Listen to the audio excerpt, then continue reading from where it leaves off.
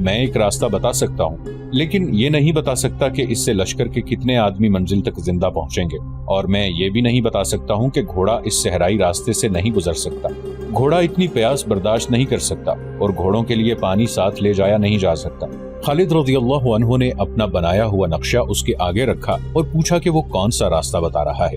یہ قراقر ہے، رافع بن عمیرہ نے نقشے پر انگلی رکھتے ہوئے کہا۔ یہاں ایک نخلستان ہے جو اتنا سرسبز و شاداب ہے کہ مسافروں پر اپنا جادو طاری کر دیتا ہے۔ یہاں سے ایک راستہ نکلتا ہے جو سوا کو جاتا ہے۔ سوا میں پانی اتنا زیادہ ہے کہ سارا لشکر اور لشکر کے تمام جانور پانی پی سکتے ہیں، لیکن یہ پانی اس سے ملے گا جو سوا تک زندہ پہنچ جائے گا۔ اوپر سورج کی تپش دیکھو، دن کو کتنا چل سکو گے، کتنی دور تک چل سکو گے، میں یہ نہیں جانتا۔ اتنے اونٹ لاؤ کہ لشکر کا ہر فرد اونٹ پر سوار ہو۔ ابن ولید، تم صحرا کے بیٹے ہو، مگر اس صحرا سے نہیں گزر سکو گے۔ رافع بن عمیرہ نے جو راستہ بتایا یہ مورخوں کی تحریروں کے مطابق 120 میل کا تھا۔ یہ 120 میل کا فاصلہ طے کرنے سے منزل تک کئی دن جلدی پہنچا جا سکتا تھا۔ خالد رضی اللہ عنہ وہ سالار تھے جو مشکلات کی تفصیلات سن کر نہیں بلکہ مشکلات میں پڑھ کر اندازہ کیا کرتے تھے کہ ان کی شدت کتنی کچھ ہے۔ ان کے دماغ میں صرف یہ سمایا ہوا تھا کہ مدینہ کا لشکر مشکل میں ہے اور اس کی مدد کو پہنچنا ہے۔ سیدھے راستے سے فاصلہ 600 سے 700 میل تک بنتا تھا۔ رافع کے بتائے ہوئے راستے سے جانے سے فاصلہ کم رہ جاتا تھا، مگر رافع بتاتا تھا کہ اس خطرناک راستے سے جاؤ تو 5-6 دن ایسی دشواریوں سے گزرنا پڑتا ہے جو انسان کیا برداشت کرے گا، گھوڑا بھی برداشت نہیں کر سکتا، پانی تو مل ہی نہیں سکتا، اور سب سے بڑی مشکل یہ کہ مہینہ مئی کا تھا جب ریگستان جل رہے ہوتے ہیں۔ خدا کی قسم ابن ولید، ایک سالار نے کہا، تو اتنے بڑے لشکر کو اس راستے پر نہیں لے جائے گا جو تباہی کا اور بہت بری موت کا راستہ ہوگا، اور جس کا دماغ صحیح ہوگا وہ اس راستے پر نہیں جائے گا۔ ایک اور سالار نے کہا، ہم اسی راستے سے جائیں گے۔ خالد رضی اللہ عنہ نے ایسی مسکراہٹ سے کہا جس میں عجیب سی سنجیدگی تھی، ہم پر فرض ہے کہ تیری اطاعت کریں۔ رافع بن عمیرہ نے کہا، لیکن ایک بار پھر سوچ لو، میں وہ حکم دیتا ہوں جو حکم مجھے اللہ دیتا ہے۔ خالد رضی اللہ عنہ نے کہا، ہارتے وہ ہیں جن کے ارادے کمزور ہوتے ہیں۔ اللہ کی خوشنودی ہمیں حاصل ہے، اور پھر اللہ کی راہ میں جو مصیبتیں آئیں گی ہم کیوں نہ انہیں برداشت کریں۔ یہ واقعہ اور یہ گفتگو طبری نے ذرا تفصیل سے بیان کی ہے۔ خالد رضی اللہ عنہ کے سالاروں نے ان کے عزم کی یہ پختگی دیکھی تو سب نے پرجوش لہجے میں لبیک کہی۔ ان میں سے کسی نے کہا، ابن ولید، تجھ پر اللہ کا کرم، وہ کر جو تو بہتر سمجھتا ہے، ہم تیرے ساتھ ہیں۔ خالد رضی اللہ عنہ نے اس سفر پر روانگی سے پہلے ایک حکم یہ دیا کہ لشکر کا ہر فرد اونٹ پر سوار ہوگا، گھوڑے سواروں کے بغیر پیچھے پیچھے چلیں گے۔ دوسرا حکم یہ کہ عورتوں اور بچوں کو مدینہ بھیج دیا جائے۔ سالاروں کو خالد رضی اللہ عنہ نے کہا تھا کہ تمام لشکر کو اچھی طرح بتا دیں کہ وہ ایسے راستے پر جا رہے ہیں جس راستے پر پہلے کبھی کوئی لشکر نہیں گزرا۔ ہر کسی کو ذہنی طور پر تیار کیا جائے۔ مئی کا مہینہ اونٹوں کی فراہمی میں گزر گیا۔ جون 634 عیسوی ربیع الاخر 13 ہجری کا مہینہ شروع ہو گیا۔ اب تو صحرا جل رہا تھا۔ خالد رضی اللہ عنہ نے کوچ کا حکم دے دیا۔ ان کے ساتھ 9000 مجاہدین تھے جو اس خودکش سفر پر جا رہے تھے۔ قراقر تک سفر ویسا ہی تھا جیسا اس لشکر کا ہر سفر ہوا کرتا تھا۔ وہ سفر قراقر سے شروع ہونا تھا جسے مسلمان مورخوں نے اور یورپی مورخوں نے بھی تاریخ کا سب سے خطرناک اور بھیانک سفر کہا ہے۔ مثنہ بن حارثہ قراقر تک خالد رضی اللہ عنہ کے ساتھ گئے۔ مثنہ کو ہیرا واپس آنا تھا۔ قراقر سے جس قدر پانی ساتھ لے جایا جا سکتا تھا مشکیزوں میں بھر لیا گیا۔ مٹکے بھی اکٹھے کر لیے گئے تھے، ان میں بھی پانی بھر لیا گیا۔ اگلی صبح جب لشکر روانہ ہونے لگا تو مثنہ بن حارثہ خالد رضی اللہ عنہ سے اور ان کے سالاروں سے گلے لگ کے ملے۔